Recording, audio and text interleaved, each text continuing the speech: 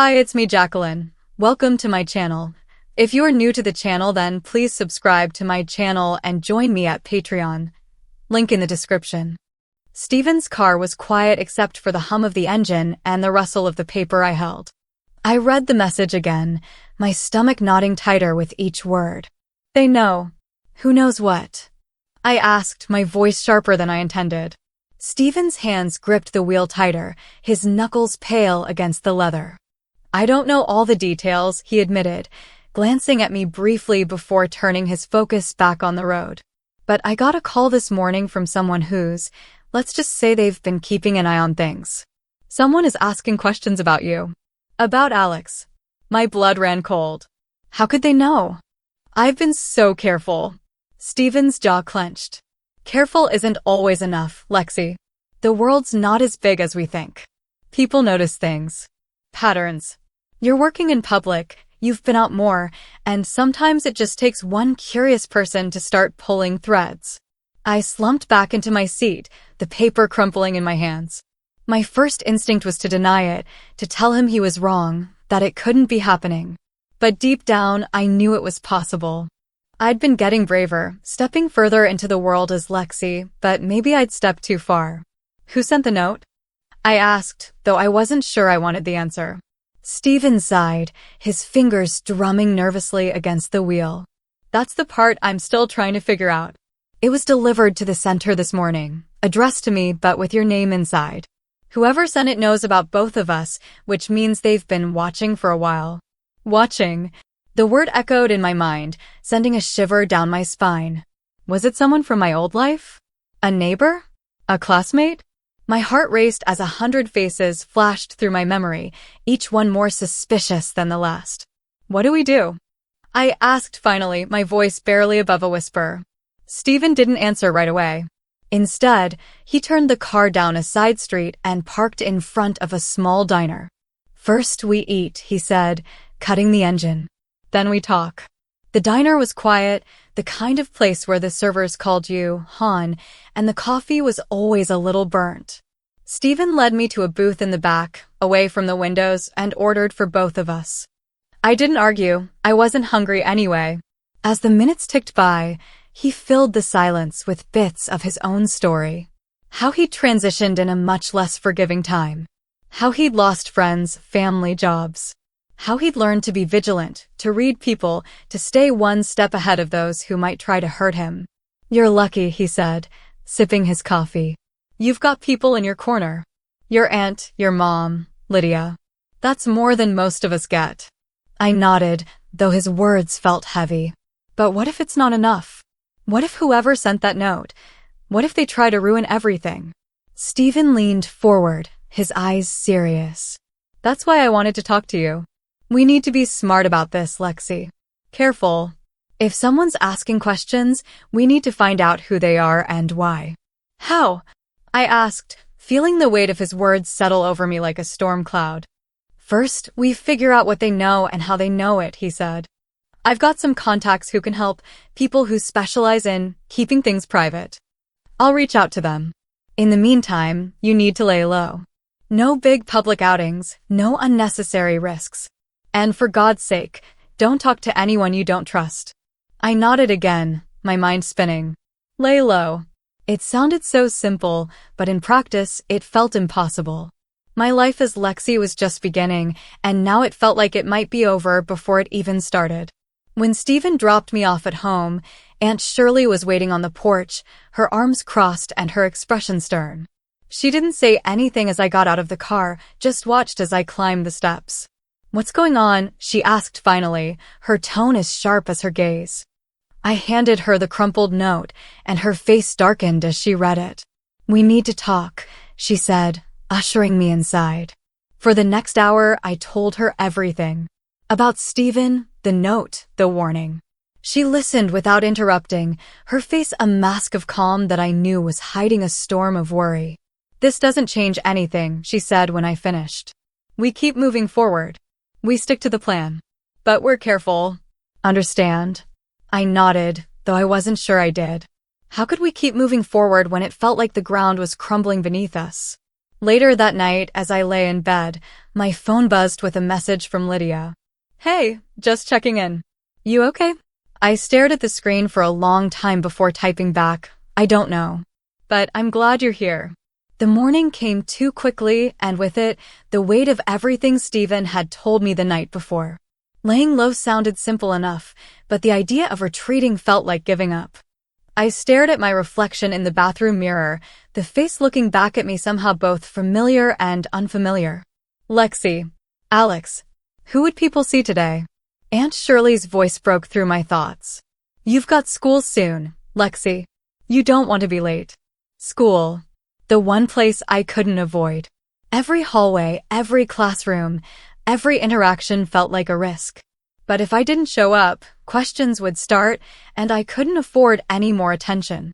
The day started uneventfully, though my nerves were frayed from trying to gauge every glance and whisper. I caught Lydia waiting at my locker between second and third periods, her expression a mix of concern and curiosity. Hey, she said, falling into step beside me. You seem distracted. I'm fine, I lied, forcing a smile. Lydia wasn't buying it. This is about that guy, isn't it? Steven? What did he say to you? I hesitated. Lydia was one of the few people I trusted, but even with her, the weight of Steven's warning felt too big to share. Nothing serious, I said finally. Just some advice. Lydia frowned, but didn't press further. Okay, well, let me know if you need anything. You know I'm here for you. That simple reassurance was enough to carry me through the rest of the day, though the gnawing anxiety never fully left. After school, I headed to my shift at Jean's. Work was usually a safe space, a place where I could focus on being Lexi without fear. But today felt different. The customers seemed to linger a little too long, their eyes darting toward me before quickly looking away. Jean noticed my unease and pulled me aside during my break. Something on your mind, hon? She asked, her tone gentle but firm. I shook my head. Just a long day. Jean studied me for a moment before nodding. Well, if you ever need to talk, you know where to find me. Her kindness made my throat tighten, but I managed a small smile and thanked her before heading back to the floor. It wasn't until the end of my shift that things took a darker turn. I was locking up the store when I noticed a man leaning against a car across the parking lot. At first, I thought he might be waiting for someone, but as I stepped outside, his gaze locked on me, and he pushed off the car, walking in my direction. Excuse me, he called out, his voice calm but deliberate. I froze, my heart pounding. Can I help you? The man stopped a few feet away, his expression unreadable. You're Alexis Montgomery, right? My stomach dropped. This was the second time in as many days that someone had used my full name, and I didn't like it. Who's asking? I said, my voice steadier than I felt. He smiled, but it didn't reach his eyes. Let's just say I'm someone who's curious about you. About where you came from. My pulse quickened. I don't know what you're talking about, I said, moving toward my car. I think you do, he said, following me. And I think you know that people like you don't always get to keep their secrets. I turned to face him, my hands clenched into fists. I don't know who you think I am, but you've got the wrong person. He tilted his head, his smile widening. Maybe, or maybe you've got more people watching you than you realize. Before I could respond, he turned and walked away, disappearing into the shadows.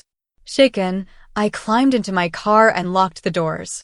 My hands were trembling as I gripped the steering wheel, trying to make sense of what had just happened.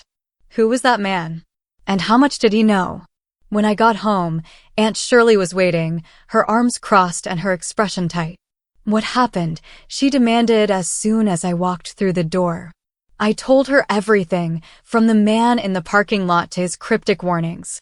Her face darkened with every word, and by the time I finished, she was pacing the living room. This is getting out of hand, she said finally. We need to figure out who these people are and what they want. How? I asked, my voice breaking. I don't even know where to start. Shirley stopped pacing and turned to me, her eyes blazing with determination. You don't. I do. I've been through this before, Lexi. I know how to handle it. Her confidence was reassuring, but it didn't erase the fear gnawing at me. What if it's too late? I whispered. Shirley crossed the room and placed her hands on my shoulders. It's not. Trust me. That night, as I lay in bed, I couldn't shake the feeling that things were spiraling out of control. The man's words echoed in my mind, and for the first time, I wondered if living as Lexi was worth the risk. The next day felt like walking into the unknown, each step heavy with unease. Aunt Shirley's reassurances replayed in my head, but they felt like whispers against a roar. We'll handle this, she'd said. But who was we? And what exactly were we handling? At school, things seemed normal at first, but I couldn't shake the feeling that eyes were on me. Every laugh in the hallway, every whispered conversation, felt like it could be about me.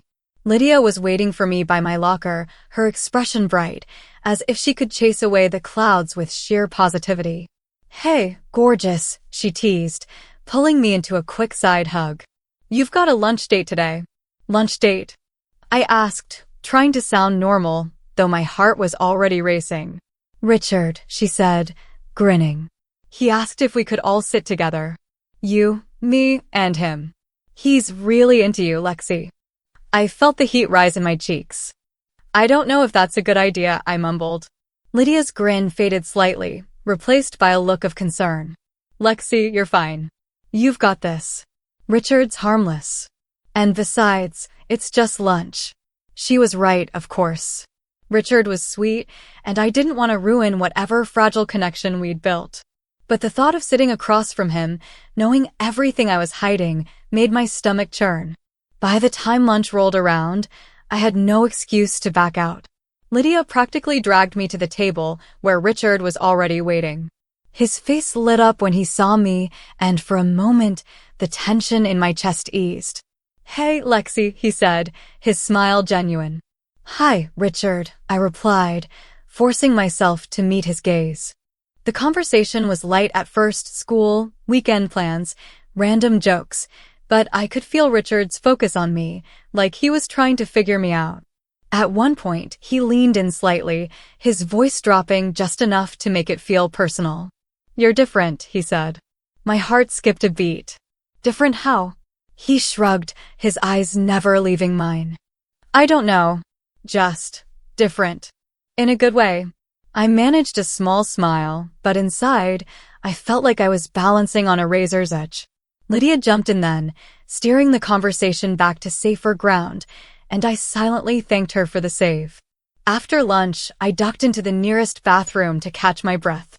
The mirror's reflection showed a calm, composed Lexi, but inside, I was anything but. Was Richard onto something? Or was I just imagining things? When I got home that afternoon, Aunt Shirley was in the kitchen, her laptop open and a look of intense focus on her face.